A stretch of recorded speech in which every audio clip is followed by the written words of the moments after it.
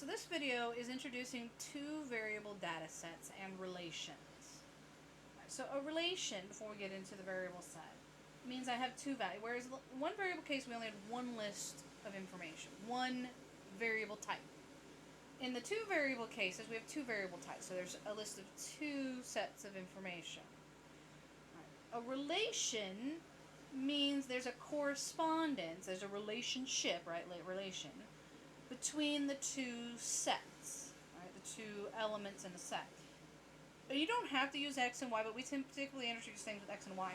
And so x would represent all of the values of one set, y would represent all of the values of the second set. And so a relationship would exist between x and y, and if when it does exist, we say x corresponds to y. Another way to say that is y depends on x. And then we write x with an arrow to it. That's what that means. Y, or x depends on y, meaning I choose x, right, and what value for x I choose, there's a y that's paired with it. So if I choose 5 for x, there would be a y value that pairs with 5. And so because there's a pair, there's a relationship between x and y, we write it that way, right? So that's the sort of the next set line. Since there's this relationship between x and y, right, where x corresponds to y and y depends on x, a relation is often written as an ordered pair. Alright, an ordered pair, where we denote the pair, and we usually write the x value first, the y. So the x value is the independent variable, the y value is the dependent variable. We always write it that way. The independent variable is the first number in the pair, the dependent variable is the second number. Alright, so we denote the pair in the relationship as a point x paired with y. So x comma y is the point, where x represents some number or value, right, and we call that number or value the domain of my data, right, of my relation. And the y is that's paired with it is called the range of my data, of my set. Right, so the y values. We'll talk more about this when we get to function as input, output, but we haven't got to functions yet. So this is just, in general, this is a relation, which may or may not be a function. Alright, so to look at a simple example, I suppose I have the following relation. Right, a physics class measures the time, y, it takes for an object to fall, which is my x value. Alright, so y is the time, x is how far I'm dropping the object, right, in feet, alright, shown in the table below. Right, the object is dropped twice from each height. Alright, so twice from 15 and twice from 20 feet. Right, and then they collected the information. Alright, so the first time it was dropped from 15, it took 1.1 second. The second time it took 1.2, and then we dropped it from 20 feet, 1.4. The first time, 1.6 the second. It should make sense that how long it takes the object to drop depends on how high, right? The higher up you go, the longer it should take. And so y, the time, depends on the x value. How high did I drop my objects from? Alright, so x is the independent, that's where I choose to go to, 15 feet or 20 feet. Y depends on which of those choices that I made to drop it at, right? At 15 feet or less times than they were at 20 feet. Alright, so it should make sense that the y variable depends on the x variable. Alright, and so the domain are all my x values, right? The domain, in this case, are my x values, my independent variable, which there are only two, right? I don't list 15 twice, there's only one 15. And so there's just two values in my domain. There's a 15 we dropped our object from, and then the 20 I dropped my object from. Right? Those are the only two heights that I use. And so that's it, that's my domain. Right? The range would be the y values, the times. Right? And that one, there are 4 different times. We actually have to measure 4 different times. So all 4 times go into my range.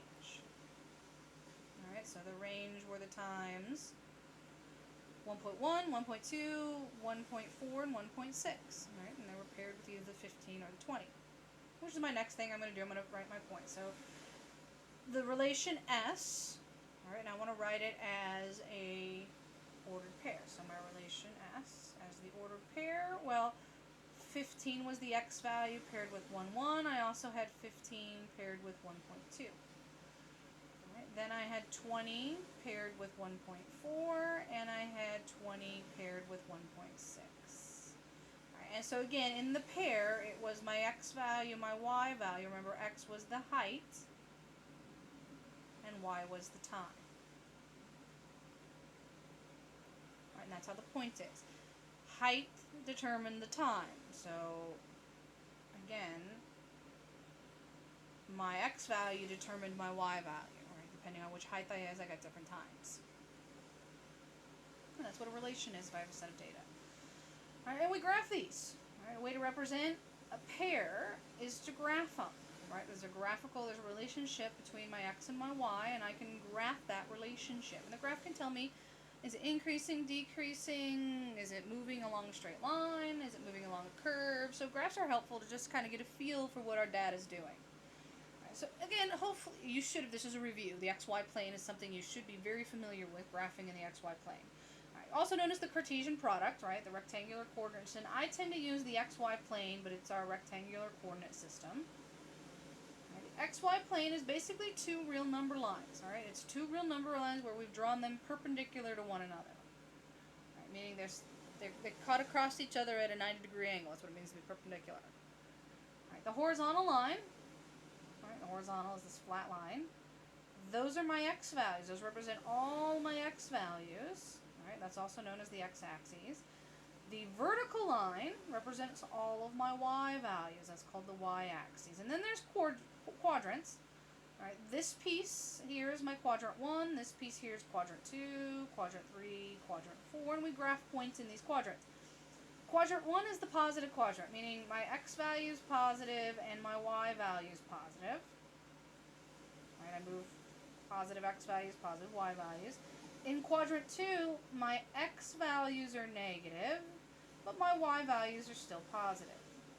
Quadrant 3, x values are negative, y values are also negative. They're both negative in quadrant 3. And then quadrant 4, my x values are positive, my y values are negative. So x values are positive, y values are negative. And we're going to plot a few points in the next set. But again, shouldn't be anything that you haven't seen before. XY plane is where we graph everything in mathematics for the most part. Alright, so we're going to look at a simple example. Alright, so we had a relation. Alright, so we had pairs of points with x and y. So right, those are my x, y values. So there's all my points in this relation. Find the domain and range of the relation, determine the maximum, minimum x and y values, which will help you when you go to graph so that I can get a scale that fits everything on it. And then we'll plot it. And again, when we plot just points, it's called a scatter plot. All right, so the term scatter plot means the graph where we just plot points. All right, so that's it. We're not going to connect them. We're just plotting the points. All right, in our graph, in our XY plane. All right, so first the domain. Right, the domain are all the x values. So basically, I go through. My set notation gets messier every time I go by. And find all my, and I usually do them in order, so I'm going to find the lowest one. So negative 5, there's negative 8's the lowest. You don't have to go in order, it's just, we mathematicians tend to like to go in order. Alright, negative 8. Next is then negative 5. After negative 5, 0, 2, and 4. Alright, 1, 2, 3, 4, 5. 1, 2, 3, 4, 5. Yep, got them all. Alright, now my range. Which are my y values. So again, I'm going to put them in order just because I like to do. So now I'm looking at the y values. So I'm looking only here at my y's. Looks like negative 5 is the smallest. That's the only negative. So the next smallest would be, sorry, there's negative 5, negative 3 is the next smallest. Then a positive 5, then a positive 6, and a positive 8. Make sure I got them all. Yep, and there's all my values. Alright, B, the maximum x value and the minimum. Again, having them in order makes it help, and then I want to do the same for the y. Maximum y value, minimum y value. And since I ordered them, it makes it easier. The biggest x value was 4. Smallest x value was negative 8. y's. The smallest y value was -5. My biggest y value was 8. And so looking at here, this will just help me out with my window. I think a 10 by 10 should be it. So I'm going to go 10 by 10, which is a typical standard window if you're on a calculator. Meaning I'm going to go 10, my number line is going to have 10 to -10 in both the x and the y directions so to graph it. So that's just, understanding this just kind of helps me get my scale when I go to, because then I'm going to plot them, and I'm going to graph my points. Alright, so when I draw out my x and y plane, I'm going to make sure I give myself plenty of room since I'm going to 10. Alright, so there's my y-axis. There's my x-axis. In the middle is the 0, so that would be the point, which is not one of my points. Would be 0, 0, right? In the middle of 0, 0. Draw a straight line to save my life. Alright.